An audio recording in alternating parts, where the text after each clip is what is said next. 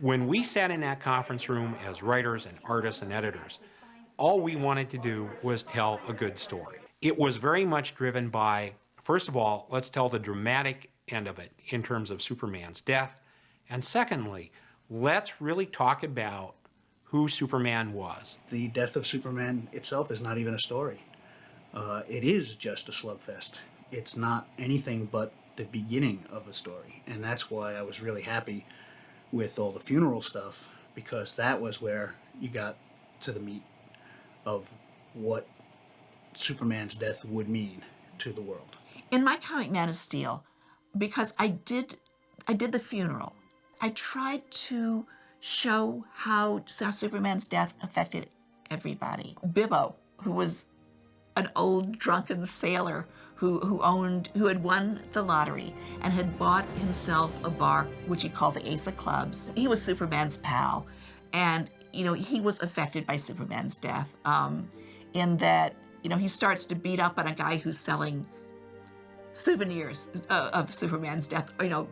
Get your collectible armbands, that kind of thing, which was actually sort of a play on our own, what we were doing with it. Bibbo starts to beat up on this guy, learns that Superman has saved this guy and his family from a burning building, but the guy is now homeless and trying to support his family by selling this junk. Bibbo gives him a job because he figured if Superman saved the guy, he must have saved him for a reason, and he wants to be like Superman. I've read a lot of comic books. I don't cry when I'm reading the comic books. I certainly don't cry when I'm reading the plots for comics. But when he wrote the scene where Bibbo is in his bar and he's praying to God, saying, "Why did you take him and not me?" I'm getting choked up now. It was a great scene. It's really one of the best things ever done in a comic book, I think.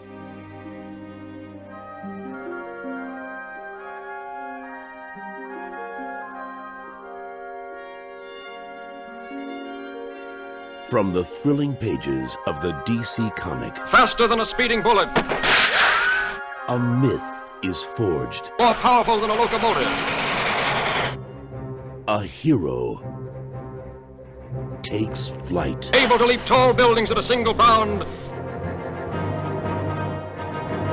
This amazing stranger from the planet Krypton, the Man of Steel, Superman.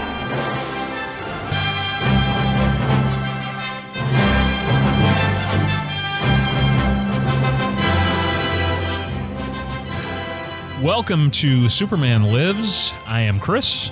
And I'm Michael. And we did this podcast semi-regularly at one point in the past, maybe. We're not sure. It might have happened on another Earth in the multiverse. Maybe it was in the dark multiverse. We're not sure. Now there are at least 3 multiverses. I did most of life semi-regularly at some point. That's all gone. Oh, it's all gone now? No. Yeah. Well, yeah. I haven't, followed.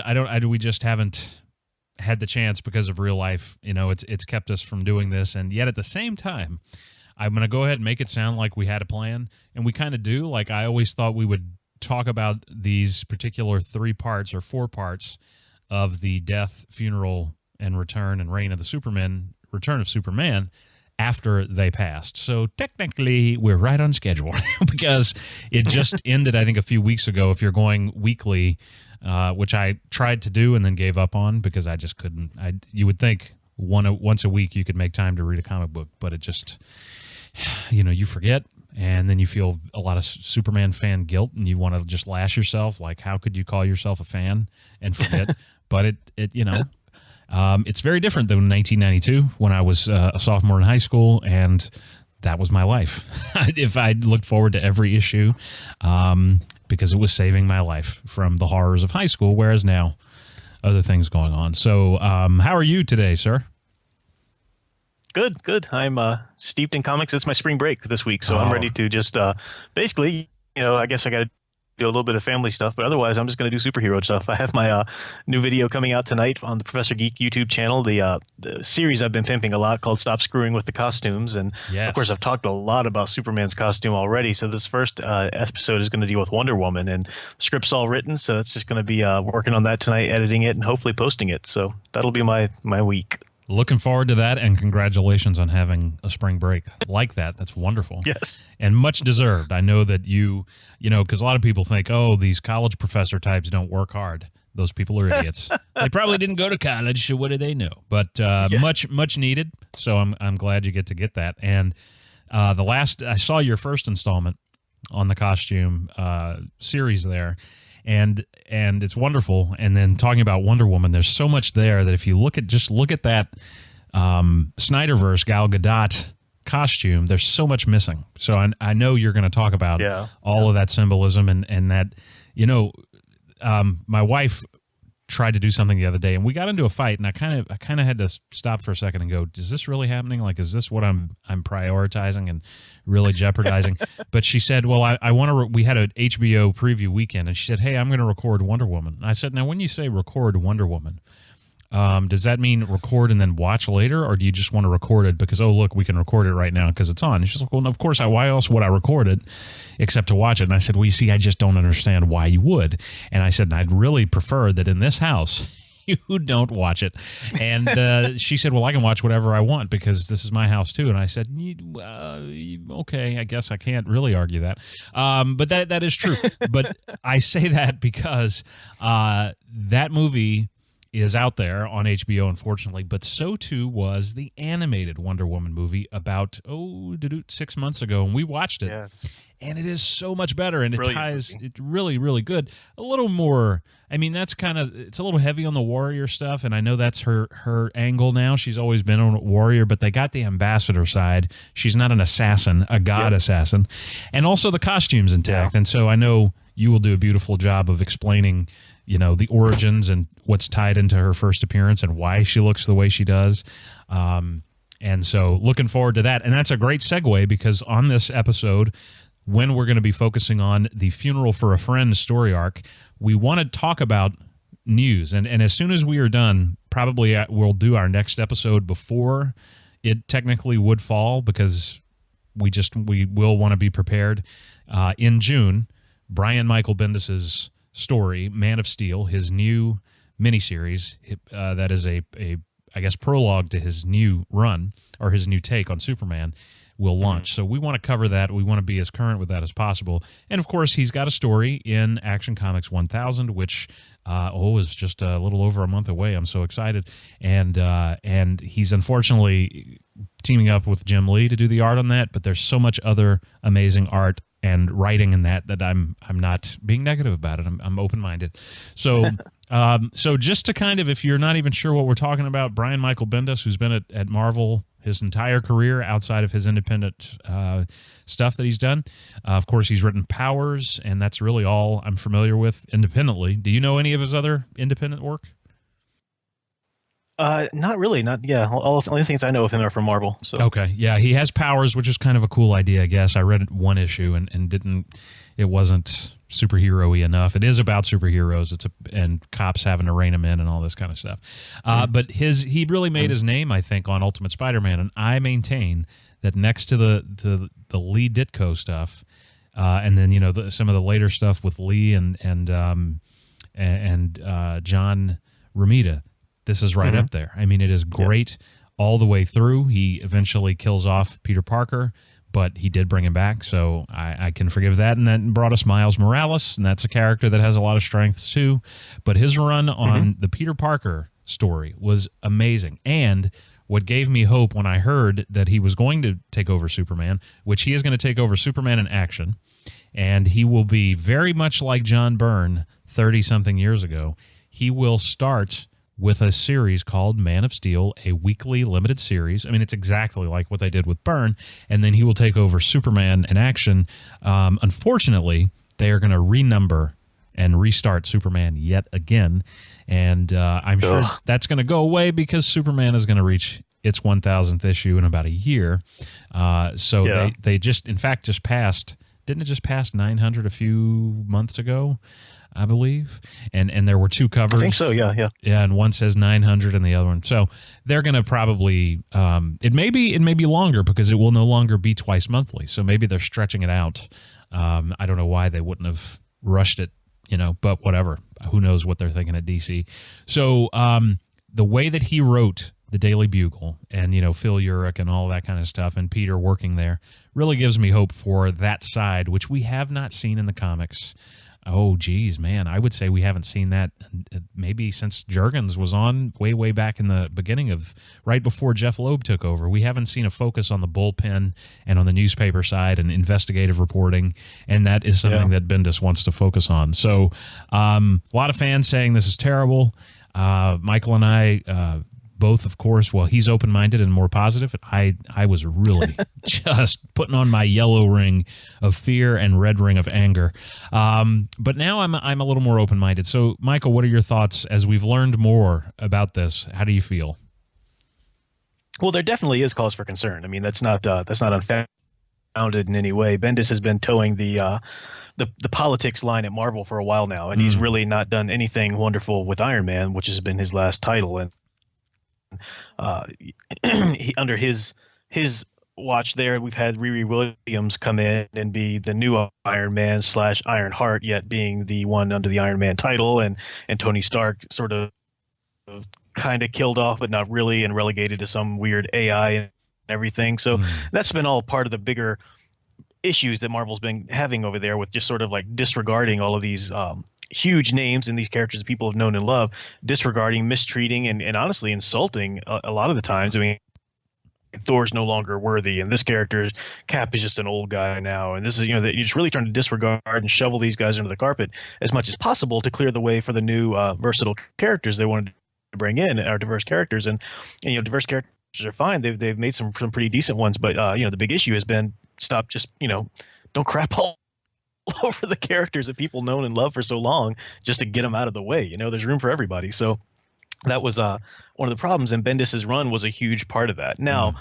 whether that all came from Bendis or editorial mandates is up for debate, because there has been huge editorial problems at Marvel. We know that their writers are usually in lockstep and towing the line with that, though. So who knows? But as you said, Bendis has done great stuff. He's done great stuff with Spider-Man. I really enjoyed Jessica Jones' work. So he has done great stuff in the past.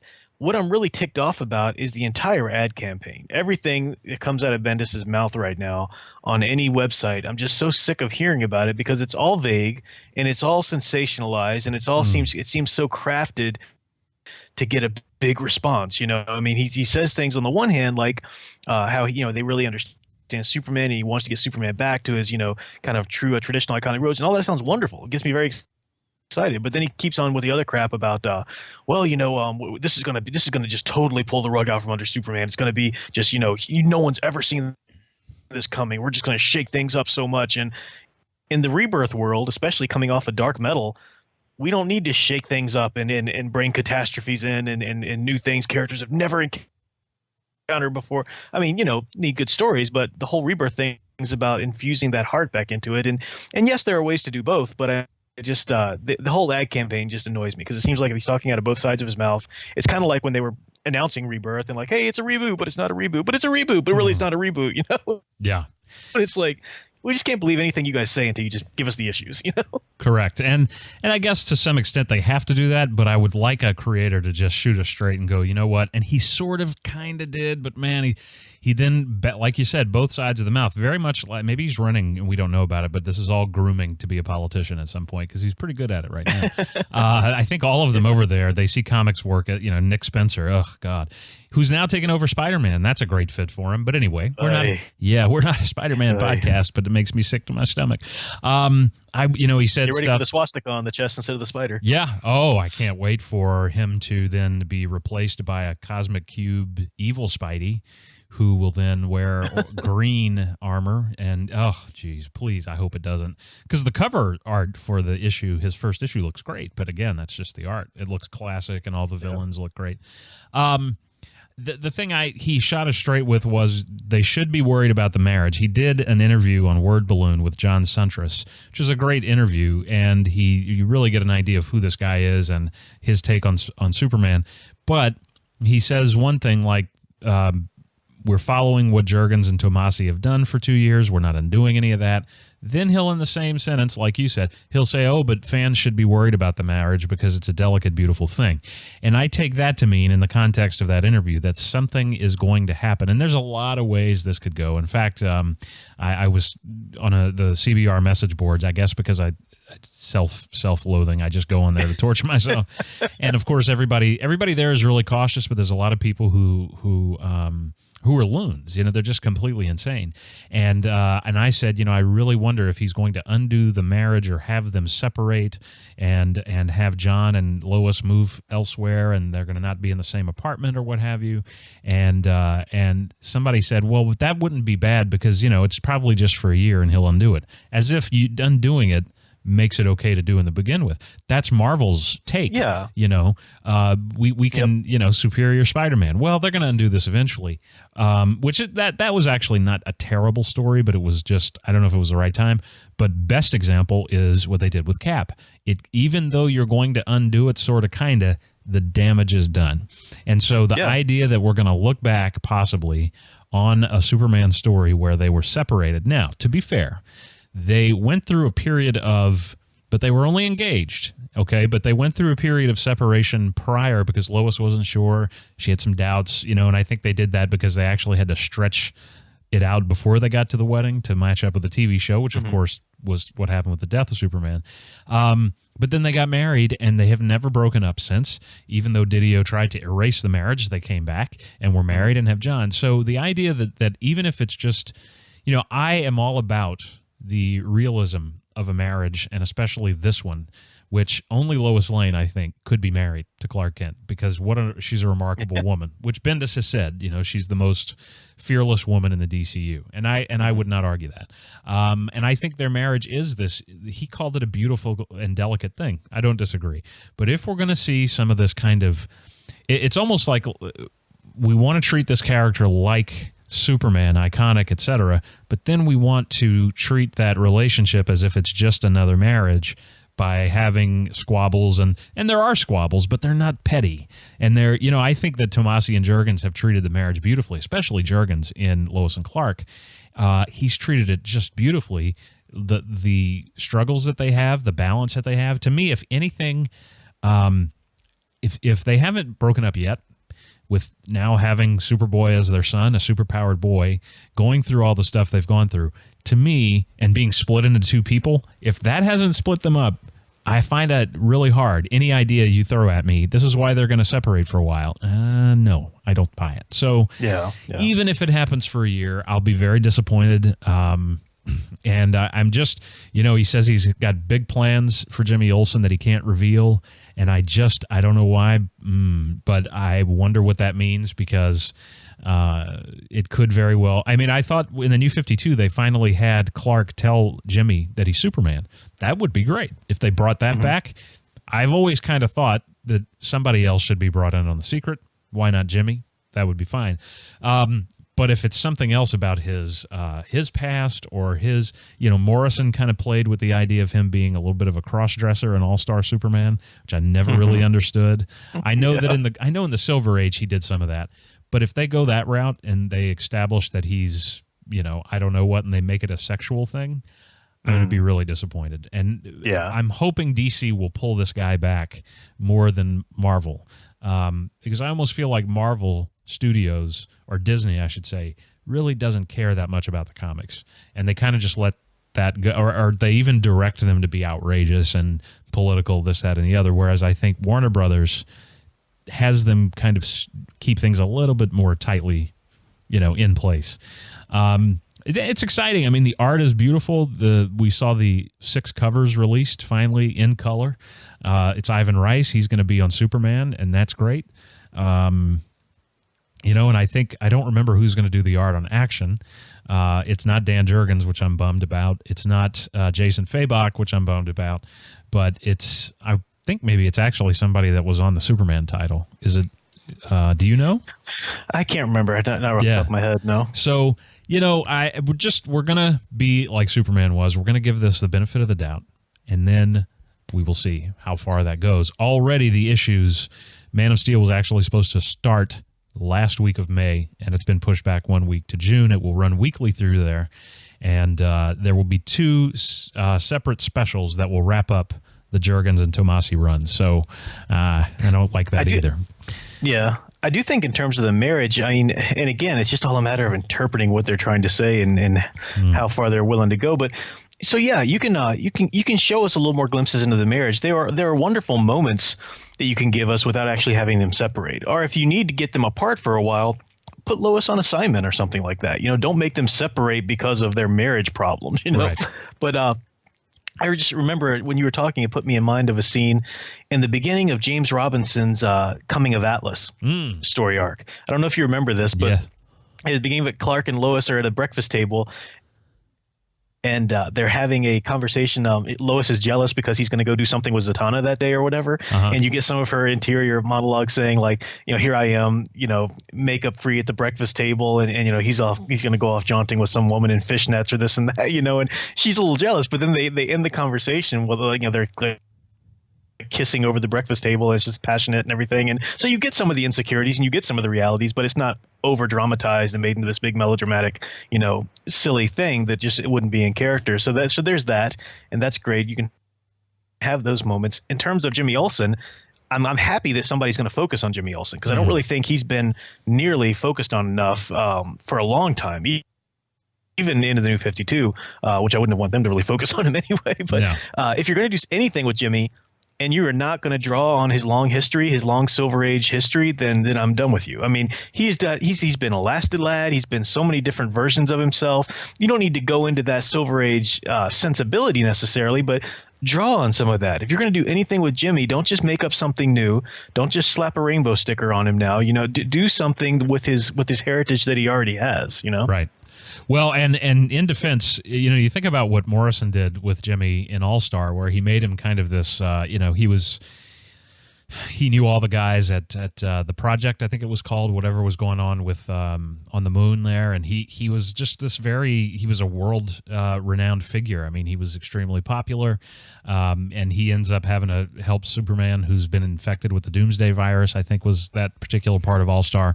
But Bendis, kind of tying into that, he said, everybody seems to forget that the character of Darkseid was introduced in Jimmy Olsen's first issue, and I thought, I didn't know that. That's interesting. And he said, I really want to return to focusing on Jimmy in the way that Jack Kirby did, and all of the Fifth World stuff, the Fourth World stuff that involves the New Gods. I thought, okay, so if he's going to go some route there, I don't know how that would work, but that's very interesting. So if he's going to be, because I think too, some people have speculated he might even give Jimmy the action. And Bendis also said, I have a friend who is a photographer for a newspaper, and he is a man of action. He's out in the front lines, and he's embedded sometimes. And so that was something they did in the Earth 1 graphic novels, where Jimmy is, he could die at any moment doing his job. So that I would love to see. And if that's where they're going, then I'm all for it. I mean, I think that's great. I just hope we don't have some kind of political, social justice statement, because, to me, Superman is the ultimate, not using the current definition of social justice, but he is the ultimate justice character, obviously, and inspires us to be all these things that we should be. So, we shall see. And I just, a lot of people have also said the Superman titles needed this big shot in the arm to get attention. And I kind of don't believe that in one respect at all, because they were doing so well finally getting back to basics that I think they could have just been left alone. And I find that if Superman's left alone, not meddled with, not rebooted, not tweaked, then it's Superman. And so I'm always real hesitant to have him all of a sudden, let's put a big name on there. I didn't mind Grounded as much as others, but when you put JMS on there, you had things kind of deviate from where they had been built up to. I mean, if you look at New Krypton and all of that, that was going an interesting place. So I'm a little hesitant with the big names. We'll see. So today, though, in this episode, we are going to be talking about the Funeral for a Friend storyline, which is part of a storyline that is maligned, unfortunately, by the hipsters today and the new fans who've never read these comics probably. But it is fun to bash them for some reason. So when we get back, we're going to take a quick break. We're going to talk about, in particular, Funeral for a Friend. Jonathan? I'm here, Martha. You don't think we should have gone to Clark's funeral, do you? Heck no. It was a media circus. You and I had just have gotten lost in that huge crowd. And if they ever found out that he had folks, had us, they'd have never left us alone to grieve. I can't believe he's gone. I feel I want to say goodbye somehow. Maybe being there would have helped. Hush now. We'll say goodbye to our son in our own way. All right, so we're back, and before we launch into Funeral for a Friend, I don't know if you've read any more about it. I haven't found any more on this, Michael, but we have seen a photo from the allegedly faithful adaptation of the Death and Return of Superman 2-part movie, and it is the New 52 Superman costume. And so I got to be honest, I have no interest now in watching it. I know that some would say, yeah, but it's your favorite storyline, and if they're going to be faithful to the story, can't be faithful if the classic uniform is not there. You know, well, plus it's not only the costume design, this New 52, it's also the animation style. Yes, I mean, we see there that this is their. And what that means is it's not just a matter of, they're wearing the wrong costume. It's a matter of they're setting this story in the universe of all their previous New 52 animated films, because all of those have been with the same costume designs and in the same universe or animation style. And that's to set up that this is their animated universe right now. And that's a horrible universe. I mean, they've already told horrible New 52 stories that have completely knocked all of these characters off of their iconic status. So I don't care if that Superman dies. I really don't. I'm not going to bother paying to watch his story. So no, yeah, I mean, I'm with you. And is this, the question that some fans were asking on the Superman homepage in the comments does this mean he's going to be with Wonder Woman? Because if I only saw Justice League War. I watched it because I hated myself really, really badly one night and I watched it, and I've never watched any of the other ones. But in that, I think there's a thing with him and Wonder Woman. I don't know if they've built on that in the other movies, but if they have, then does that mean that Wonder Woman? Because then you lose a lot of the credibility of that story. That story worked on one level because the Justice League at the time was not the Big Seven, and the big players other than Superman in the league were disposed otherwise, so they were not able to go. If his girlfriend comes to his aid, then I mean, it's Wonder Woman. You stretch credibility there. I'm sure they could come up with a hackneyed way to work, but none of that's classic. None of that is the iconic story, and it does continue the universe, as you said. So it makes me appreciate the Superman Doomsday film that we had a little bit more, even though that was not, a faithful rendering. It's still like, well, at least we had that, and that had a lot of elements that were there, Right, and it was, it really did take a lot of elements. I mean, you have the clone, which kind of, and all the clones. You had a little shout out there to Connor Kent, Superboy, and so there are some touches there, but I don't know. I guess we'll just never see this now, and I'm okay with that. I don't need it to be adapted faithfully into any other media, really. But it's just sad to know that DC is so blind as to continuity of media. So over here, you've got the comics getting rid of all the New 52 stuff. Whether they've come out and said it or not, it's pretty much gone, especially if you look at the Superman books where it seems like the universe was rewritten, but then you have it happening in Titans, you have it happening in The Flash, you have it happening everywhere, that the pre-52 universe now returning, reasserting itself. And then now we see in the animation stuff, well, we're going to keep going with the New 52. I mean, did they think that the people that watch those animated shows really care that much that Superman has trunks? I read something the other day, I don't remember where, and this guy said it beautifully. He said no one really minded the trunks except a vocal minority who complained enough, and then some of those people were at DC Comics and Warner Brothers. Oh, it was Alex Ross. I was listening to an interview with him, and he said no one was bothered by any of that but a vocal minority who made it a big deal. And he said there's a bias against superheroes at Warner Brothers. He didn't say Warner Brothers, but I took that being the company he works for primarily. I took it to him, and he said the reason it was in the context of why don't their movies work like Marvel's, and he said because there is a lot of the execs still see this as children's entertainment, and they don't respect it at all, and they think the costumes are dumb. And so that would go a long way to explain what's happening at Warner Brothers Animation. Yeah. So there it is. We won't be talking or reviewing this unless that was like an early April 1st, but it's not. So we won't be covering that here on the show. So let's get into The Funeral for a Friend. Now, many critics of the death and return of Superman that call it a stunt, which it isn't, and who have all these criticisms. It's become 25 years later, it's become something that is bashed by a lot of fanboys, new fanboys. They even will concede that there's nothing wrong with The Funeral for a Friend, that they'll say it's the best part, whereas I see it as a whole, so I don't see one part better than the other.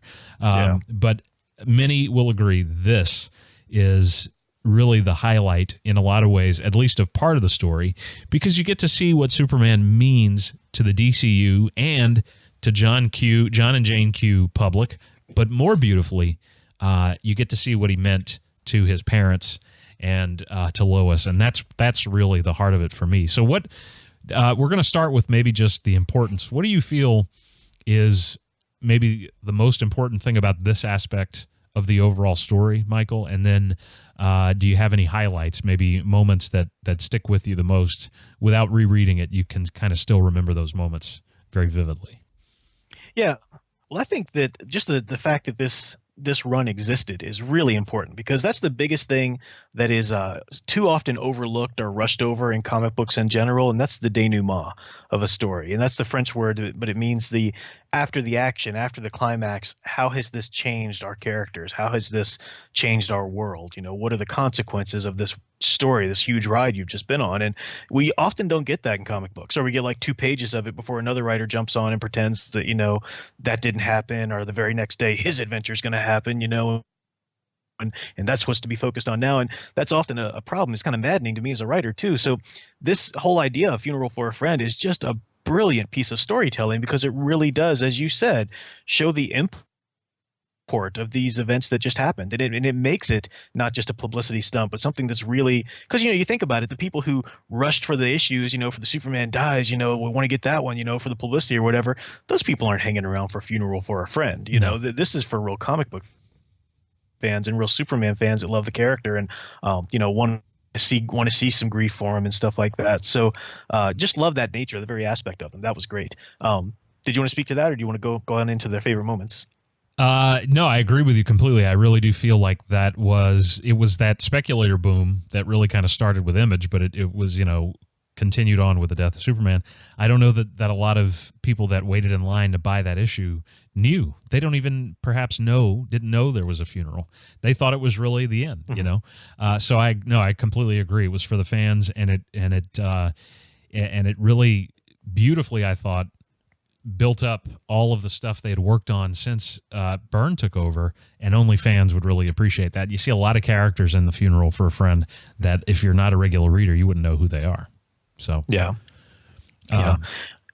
In terms of moments, I don't know which one you were going to choose, so hopefully this isn't stepping on your toes there. No, that's fine if we have the same. In Funeral for a Friend number 4, first of all, just the cover to this issue is great, and this is Superman 76, A Funeral for a Friend 4. The cover is brilliant. I mean, because you've got all of the heroes there. They're standing on top of the Daily Planet, and they're basically taking in the cover art. They're taking the place of Superman, because he's usually standing on the planet. He's usually posed there in front of the globe and everything like that. And right up front and center on the corner is Batman. Batman in all of his dark shaded, glory, as he usually is. Of course, this is still the iconic costume. So we got the blue and the gray and the yellow, which is nice, but all shaded and shadowed. And he's right there on the corner, and Superman's tattered cape is floating down beneath them, and they're all looking down on it, in a matter of respect. And but just the fact that you got Batman front and center, and then surrounding Batman are 2 doves, and then doves all out throughout the piece, and the sun rays and everything. And Chris and I were talking the other day, of course, about how those are the coolest Superman shots, when you've got the doves and the sun rays, because that really speaks to what he stands or symbolically, and to have Batman front and center with those accoutrements really, it speaks heavily to okay, this is going to be about Superman's legacy in the people that he knew and affected and inspired. And when you can inspire the Dark Knight to stand there front and center in between a couple of doves in the sunlight, I mean, that's pretty huge, right? So just love that cover, and a lot of the aesthetics and the composition of it are great, and it speaks to what's going on inside the issue. And there's just a couple moments in particular. The issue is set during Christmas Eve, and you have these heroes coming back to Metropolis to pay their respects and try and pick up some of the slack, for Superman. And it's raining though on Christmas Eve. It's not snowing, and I love that little touch that something's just off.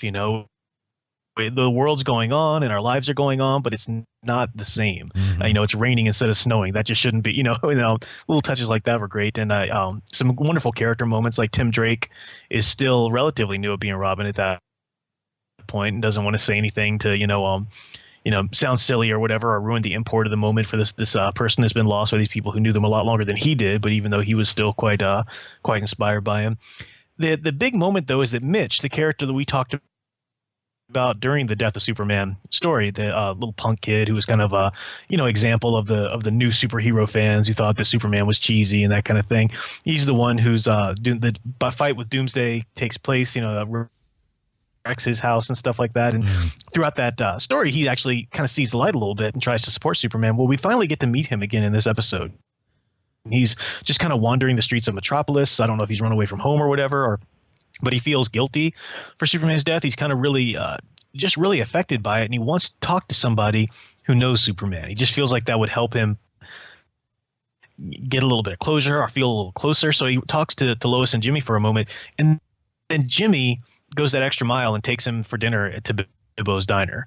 And that is just that's a perfect Jimmy, the little geeky fanboy of Superman, who's a great character, but has always just been that, golly gee, I wish I could be, who Superman is, and he's a great character in his own right. But we really see him do what we should be doing on a daily basis, which is take our inspiration of Superman and say, this is a great character who does everything he can for other people and uses the best of his abilities and is always giving. And Jimmy can't do any of that. But Jimmy can take a few moments and take a grieving person to dinner, and he can give him his time and give him his knowledge and his stories of Superman. He can do just that little mundane thing which makes somebody feel better. We can all do that. We don't, because it's my time and I got to do blah blah blah, but that's the real work of Superman in everybody's daily life. And I just thought that was so beautifully illustrated in that one moment from that comic. Absolutely, yeah. That is because they're all grieving, and yet, and kind of you see with Jimmy and then Bibbo, they're both kind of lost in their thoughts up to this point. They're just besides themselves because they can't believe this has happened. Nobody thought it could happen, and yet they're able to come out of themselves and take care of this kid. And that's a beautiful. I love that scene. I love the character of Mitch, who would go on, not a bit of a 30-year spoiler or 20 or so year spoiler. He would go on to actually, I think, get metahuman powers somehow. And he joined the Supermen of America, which was a short-lived team. And he was a member of that. I don't remember was it Outburst? Maybe was his name. He had like magnetic powers.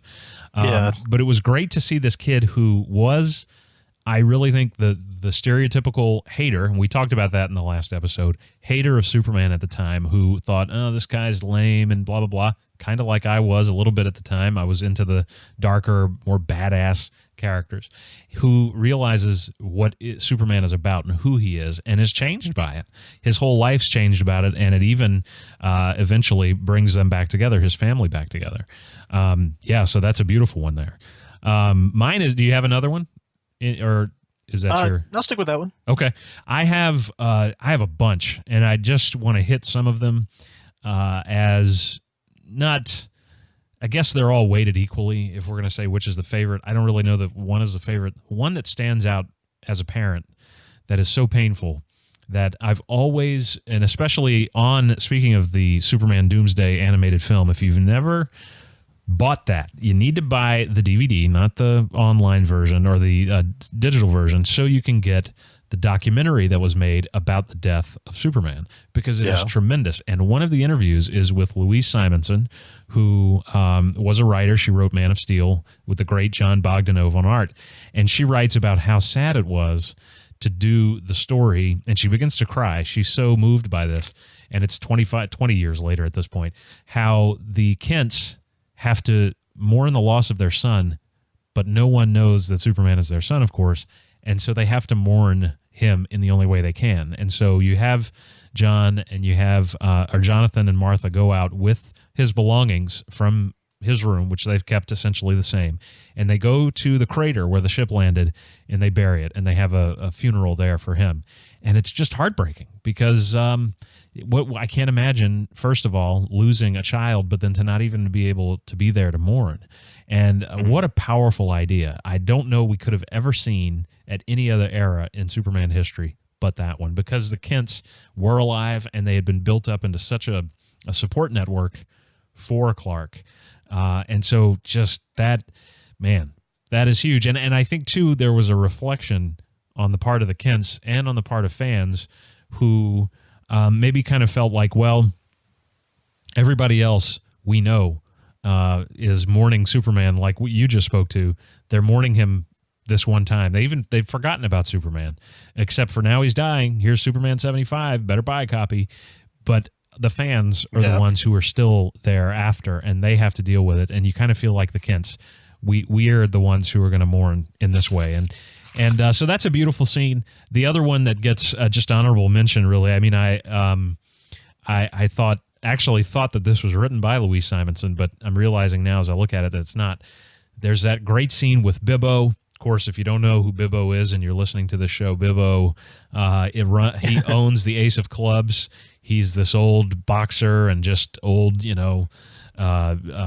roughhouser kind of guy, and yet he lives by the religion of Superman, and he's his favorite, he calls him, but he's also a spiritual man.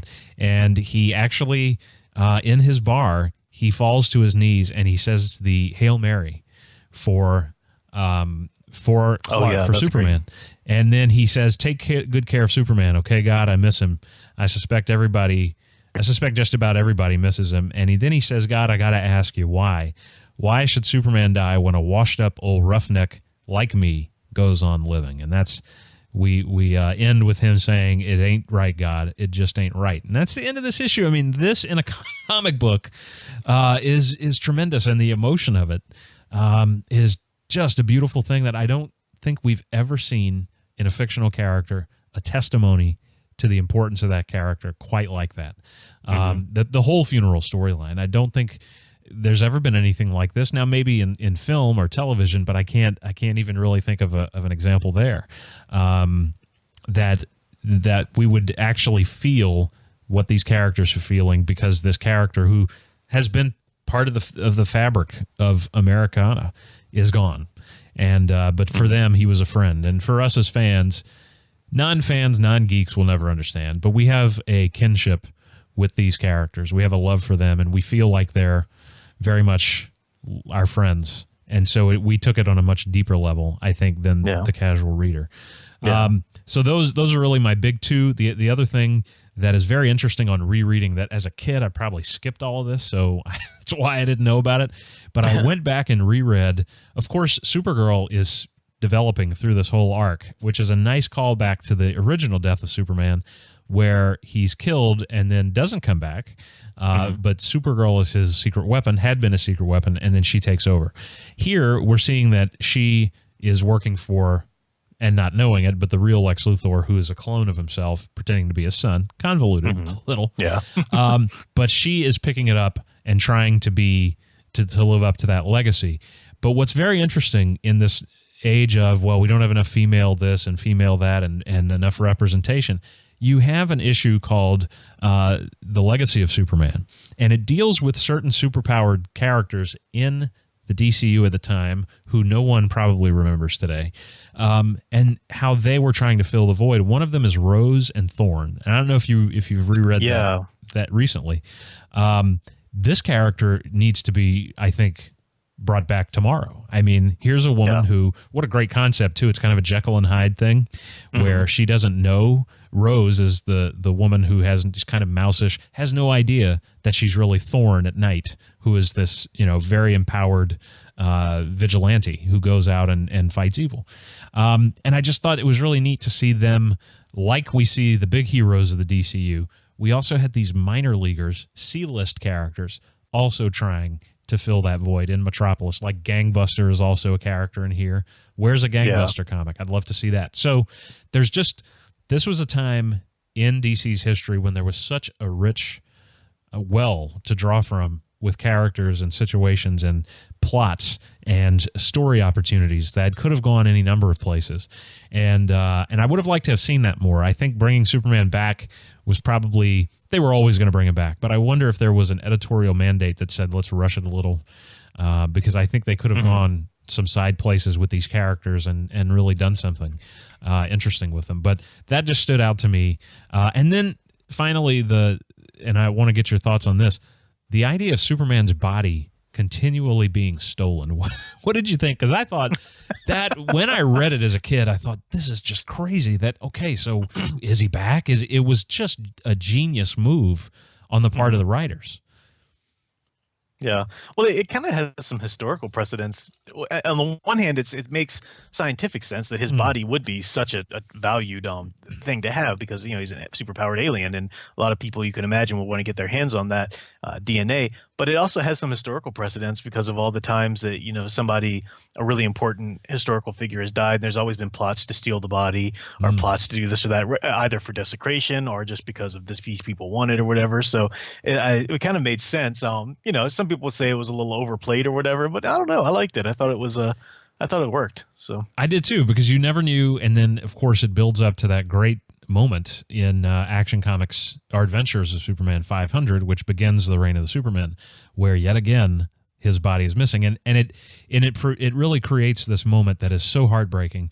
Lois has been mourning him, and they were already engaged. They were poised to enjoy their life. They were about to get married. We know, if you go and watch that documentary on the Superman Doomsday DVD, you'll see that the reason they did the death storyline was because Warner Brothers told them to wait on the marriage. So they were about to get married, and then, here's Doomsday. So she's mourning all that could have been. And when Supergirl, and this is beautiful Dan Jurgens art, when they go to Cadmus and they get his body, and Supergirl's holding his lifeless body covered with his cape, oh man, I got chills. It's just so, and you hear her inner monologue.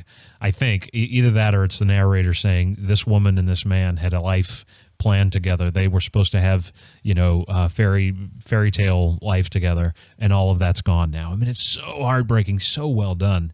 And then of course he's put back, and you have that great Sinister moment where Lex asks Supergirl and Lois, "Can I have a moment to pray?" And Lois is like, "You pray?" It's a great, like you wouldn't think.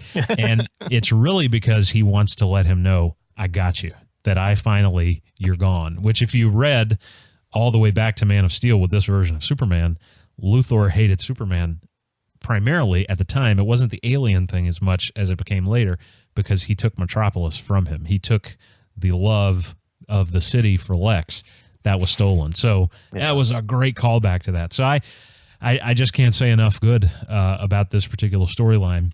Are there anything else that jumps out at you? Oh, I could sit here all day and, talk about issue to issue. So, I mean, yeah, it's a lot. I would just recommend readers check it out. It's not that expensive to get a hold of online, especially, just Comixology or whatever, if you just wanted to read it there.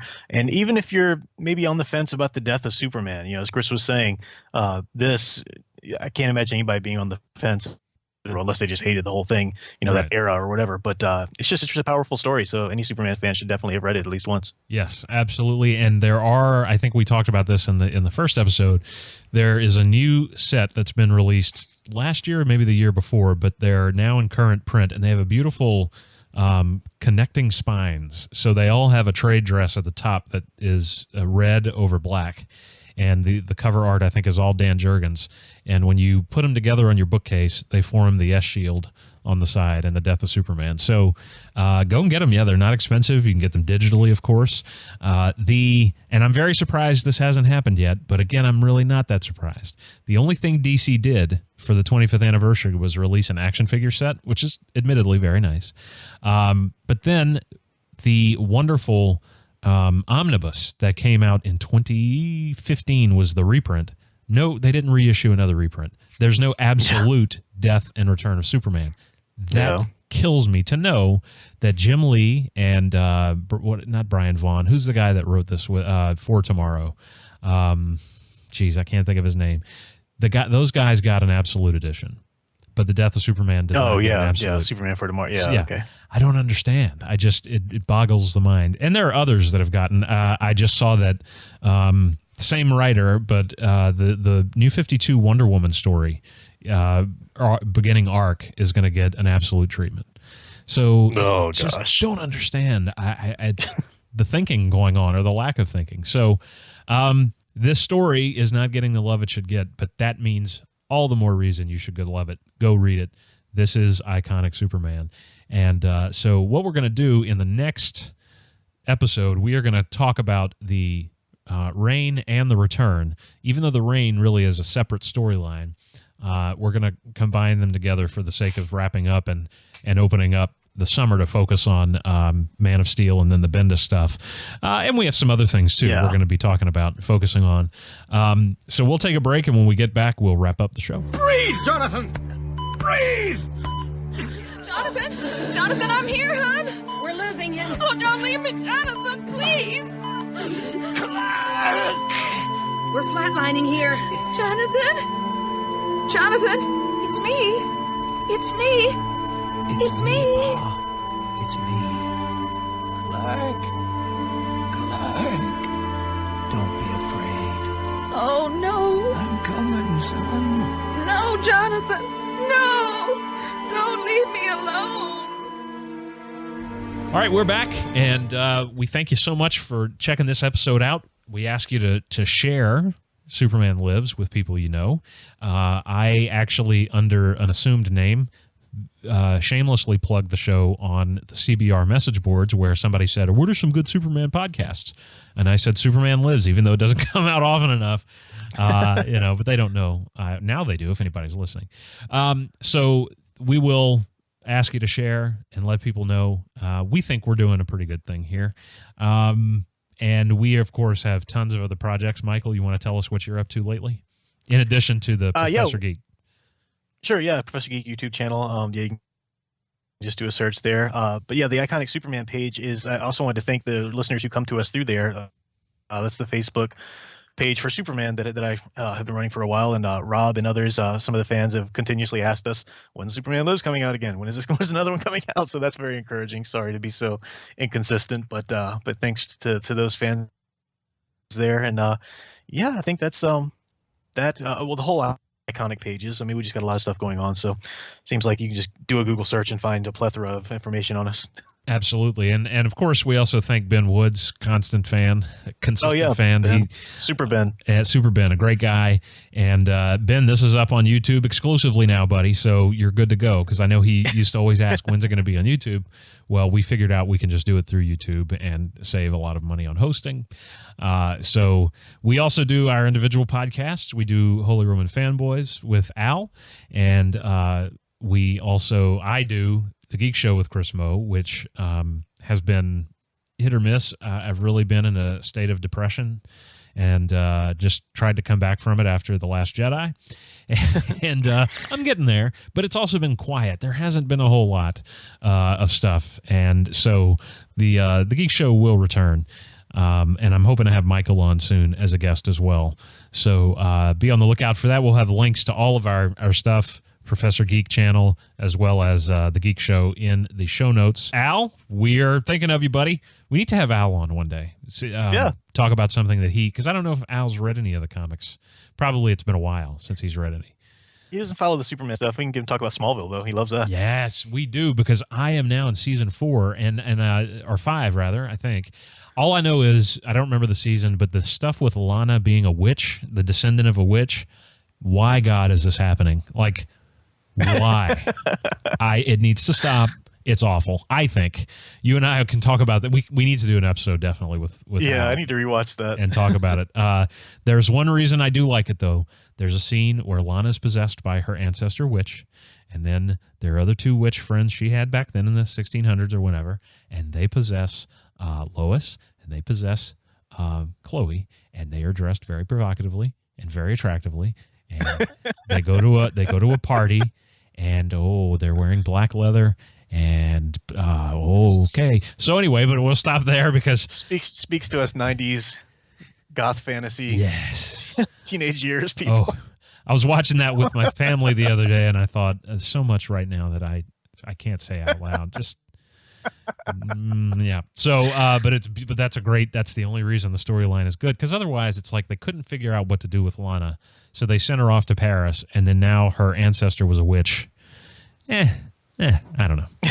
So, I fell in love with Lois. When Erica Durance came on the show, that is maybe my favorite Lois now. I think maybe she and Terry Hatcher, and then, of course, Dana Delaney. Oh, but Erica Durance, so beautiful. All right, then. We're going to stop there. Thanks so much, guys, for listening. And Erica Durance, if you're listening, we'd love you to be on the show. Maybe we could do it in person at the Superman celebration this summer. Sounds good. That would be great. All right, guys. Well, thanks so much for listening, and stay super. Superman Lives can be found on YouTube, iTunes, the Superman Podcast Network at supermanpodcastnetwork.com, and on the podcast's Facebook page, Superman Lives Podcast. Send feedback, suggestions, and questions to hosts Chris Moe and Michael Kreitzer at supermanlivespodcast@gmail.com. All music featured in the Superman Lives broadcast is the intellectual property of Warner Brothers. Superman and all related characters are the intellectual property of DC Comics, a division of DC Entertainment. Superman Lives is intended solely for the purpose of entertainment and does not in any way profit from its production or content. Superman Lives is a production of Big Show Studios and Iconic Superman on Facebook.